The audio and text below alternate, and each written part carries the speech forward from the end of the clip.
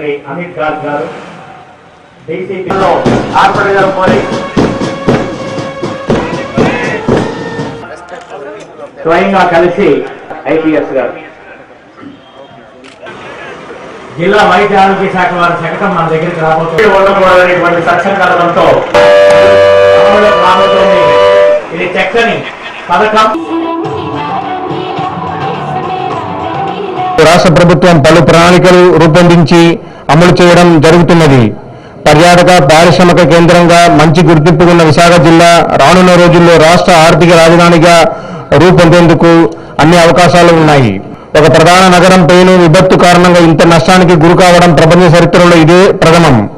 ఇటువంటి విపత్కార పరిస్థితిలో మన ముఖ్యమంత్రి శ్రీ నారా చంద్రబాబు నాయుడు హుదూద్ తుఫాన్ కంటే వేగంగా స్పందించారు. కానీ మనోనిబ్బరాన్ని ప్రదర్శించిన విశాఖ ప్రజలు మనోధైర్యాన్ని చూసి ప్రధాని శ్రీ నరేంద్ర మోడీ ప్రశంసించారు. భారతదేశానికి ఆర్థిక రాజధాని కాగల సత్తా ఉన్న ఈ జిల్లాను ఆంధ్రప్రదేశ్ ఆర్థిక రాజధానిగా తీర్చేందుకు రాష్ట్ర ప్రభుత్వం పలు చర్యలు చేపట్టడం ఎంతో ముదావహం. రాష్ట్రంలోని అన్ని పట్టణాలు పల్లెలు మౌలిక మానవ వనరులని అభివృద్ధి పరిచి తద్వారా వాటిని స్మార్ట్ పట్టణాలు గ్రామాలుగా తీర్చిదిద్దే బాధ్యతలను మంత్రులు ఎంపీలు ఎమ్మెల్యేలు మండల అధ్యక్షులు డిప్యూటీషులు ఎంపీటీషులతో పాటు పలు రంగాలకు చెందిన ప్రముఖులకు అప్పగించారు.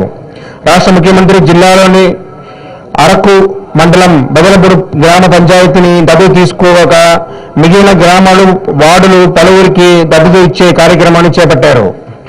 1101 ఆరోగ్య శిబిరాలు 1033 పశు వైద్య శిబిరాలు నిర్వహించి వైద్య సేవలు అందజేయడం జరిగింది.